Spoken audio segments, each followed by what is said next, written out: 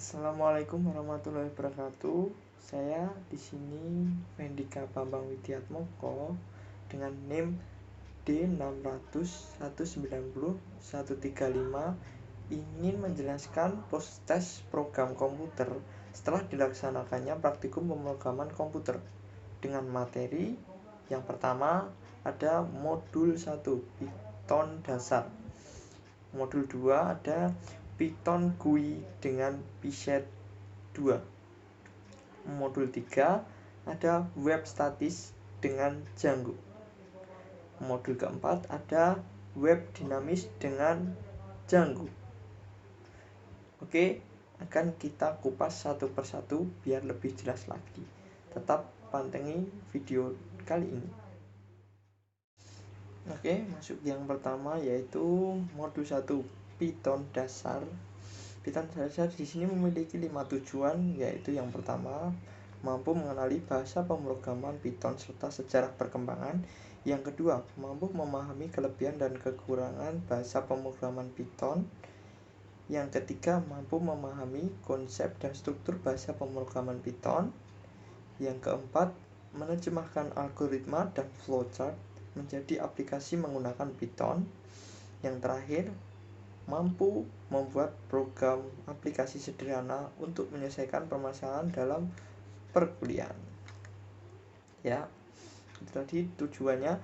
Terus pengertian dari Python itu sendiri. Python menurut Wardana, Python adalah bahasa pemrograman integratif yang dianggap mudah dipelajari serta berfokus pada keterbacaan kode.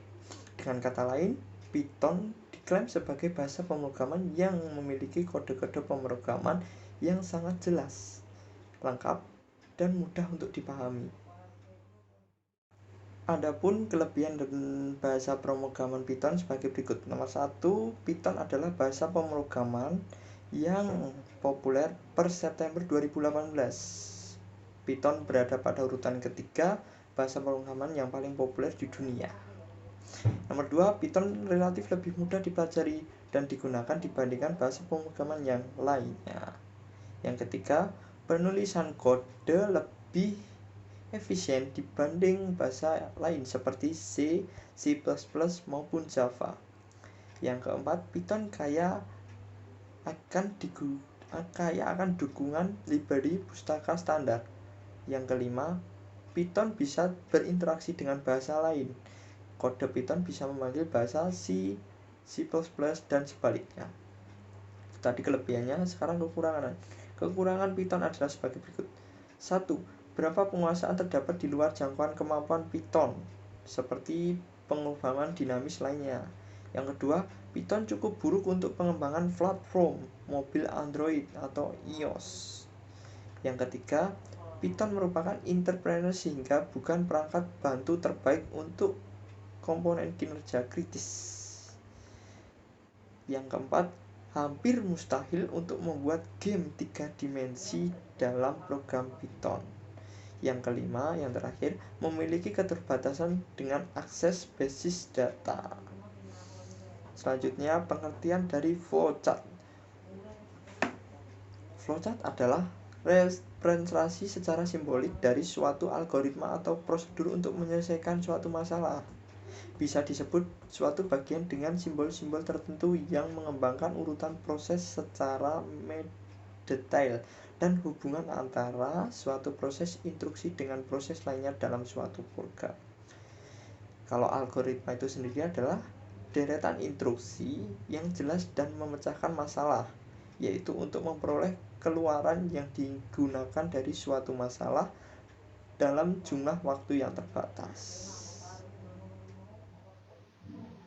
Oke, selanjutnya saya akan menjelaskan tentang skrip program pengulangan dan pengandaian. Di sini ada 2 skrip, yaitu pengulangan dan pengandaian di modul 1 ini. Contoh dari skrip pengulangan. Di sini ada di sini, di while. While ini berfungsi untuk mengulang input data apabila nilai datanya oke, maka input data akan selesai. Apabila tidak diisi oke, maka pengulangan akan terus berulang. Seperti itu fungsi dari will ini. Ya, selanjutnya pengandaian. Di sini ada pengandaian di if dan elif, dan juga ada di sini if, kepastian if. Ini merupakan fungsi dari pengandaian. If di sini berfungsi untuk skor akhir kurang dari 77 dan n skor akhir lebih kurang dari 100, maka akan muncul tulisan mendapatkan nilai A. Dan jika elif skor akhir lebih dari 70 dan kurang dari 77, maka akan mendapatkan nilai AB. Begitulah seterusnya hingga bawah sampai sebawah sini. Ini merupakan pengandaian, fungsi dari pengandaian. Di sini ada tipe data, yaitu tipe data bilangan. Di INT ini merupakan tipe data bilangan. Ini juga data bilangan. Bilangan bulat dan bilangan real. Di situ. Ya, selanjutnya di sini juga ada aplikasi dari penjumlahan. Di sini ada penjumlahan. Ini penjumlahan operasional aritmatika. Di sini ada penjumlahan. Di sini ada pembagian. Ini merupakan operasional aritmatika. Ya.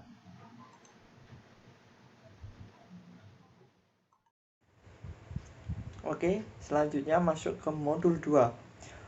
Modul 2 adalah Python GUI dengan preset 2. GUI sendiri adalah singkatan dari Graphical User Interface, digunakan untuk memberitahu satu set antarmuka dengan sistem komputasi yang melibatkan gambar yang ramah penggunaan daripada perintah teks yang membosankan. Sedangkan preset 2 adalah pengikat Python dari cross-platform GUI Toolkit Qt dan berjalan pada semua platform yang didukung oleh Qt, termasuk Windows, Mac OS, dan Linux. Ini adalah salah satu alternatif yang digunakan untuk pemrograman GUI dengan Python ke terkinter.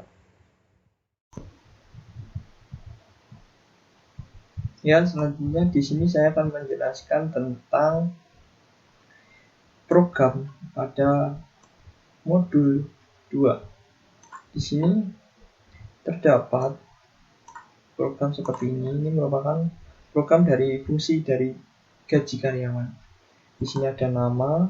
Di sini nama-nama ini merupakan fungsi dari key label yang ada di sini. Setelah itu ada ini bisa disikat ini merupakan fungsi-fungsi yang ada di sini. Key line edit, key combo box yang dalamnya ada isinya, key spin box, key line edit juga, key line edit dan key line edit. Ada key push button juga. Sini key push button, dan ini di sini misal kita isikan like karyawan cuma masuk 26 hari, uang makan di sini 20.000, uang lembur di sini 100.000, gaji yang diterima 4.620.000.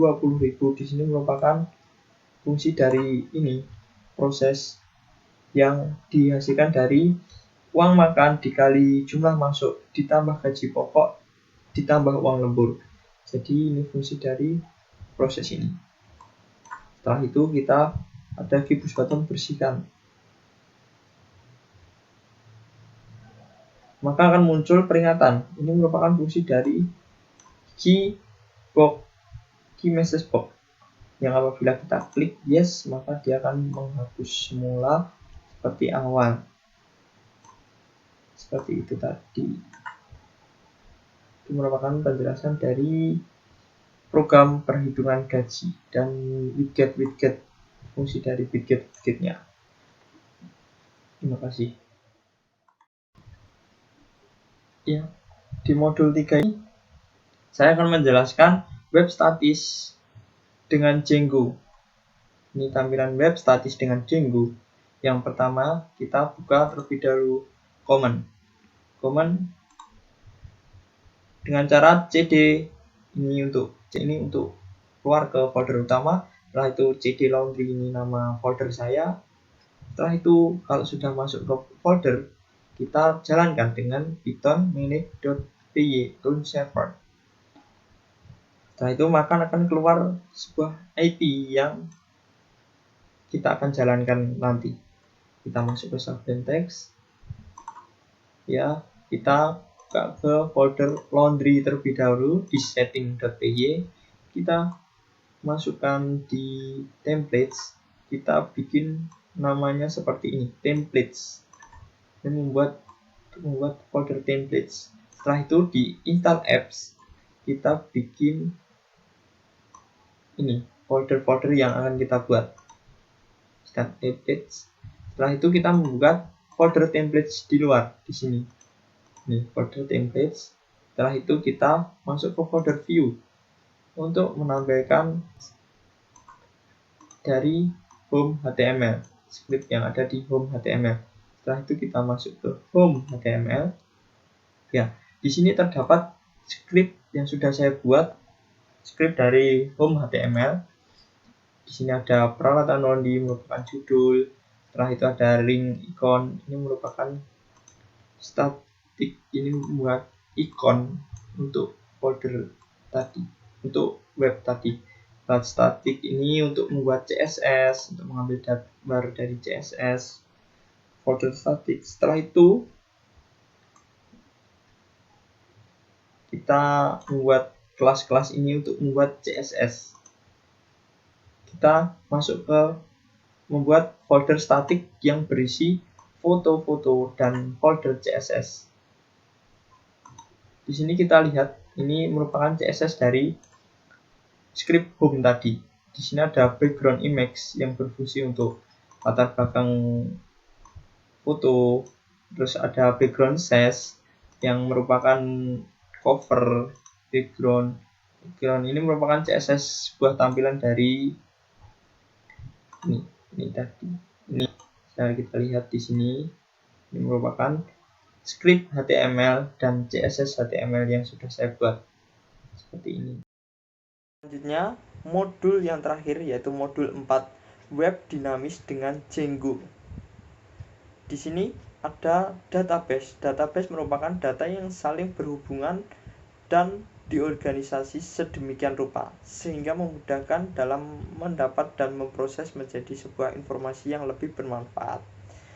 Kita dapat ketahui manfaat dari database di laundry ini yaitu menyimpan data dan memperbarui data dengan mudah, tidak susah dan dapat dilakukan oleh siapapun. Itu fungsi dari database di perusahaan.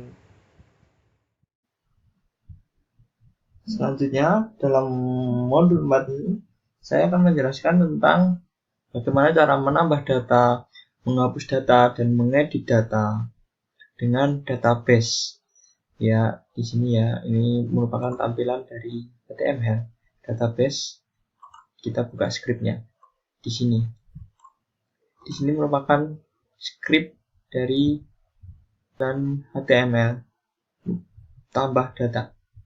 Di sini ada ini tambah data, menggunakan akun from tabel. Di sini merupakan untuk mengambil database yang tersimpan dalam format PI. Di sini ada kirim untuk mengirim data dan list. Di sini untuk menampilkan list data. Kita lihat di views PW. use. Di sini ada fungsi create tambah data. Def create ini merupakan fungsi dari tambah data yang bisa kita aplikasikan di sini. Untuk menambah data kita klik di sini, tambah data.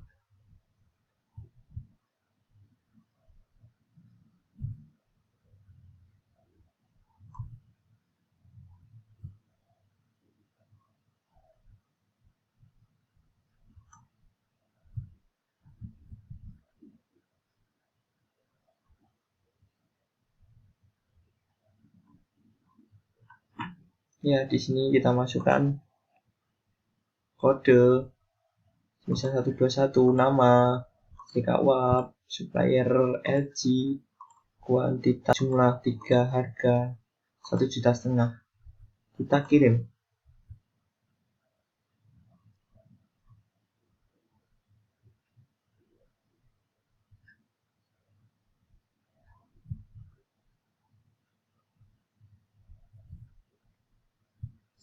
Setrika 121, setrika uap. Akan otomatis menambahkan data di sini dengan otomatis. Di sini akan menambahkan data ini tadi fungsi dari create. Setelah itu fungsi dari update untuk memperbarui. Semisal di sini jumlah dari mesin cuci Samsung menjadi sebelumnya 3 menjadi 4. Kita perbarui.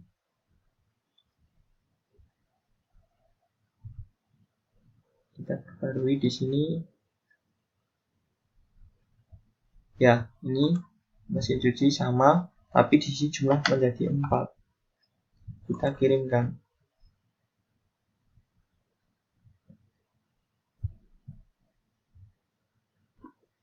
Sehingga nanti akan fungsi dari update di sini. Fungsi dari update di sini. Samsung menjadi 4 ini ya.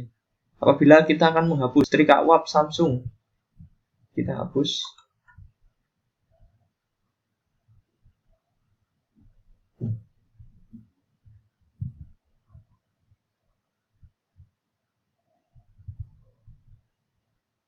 Ini merupakan fungsi dari hapus, delete, def delete yang ada di sini.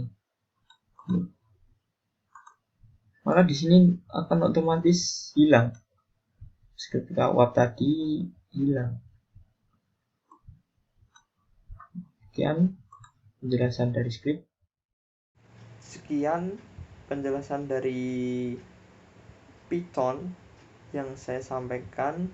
Bila ada kurang lebihnya mohon dimaafkan karena saya di sini juga masih belajar. Bila taufik wal hidayah. Wassalamualaikum warahmatullahi wabarakatuh. Sampai jumpa di kesempatan selanjutnya.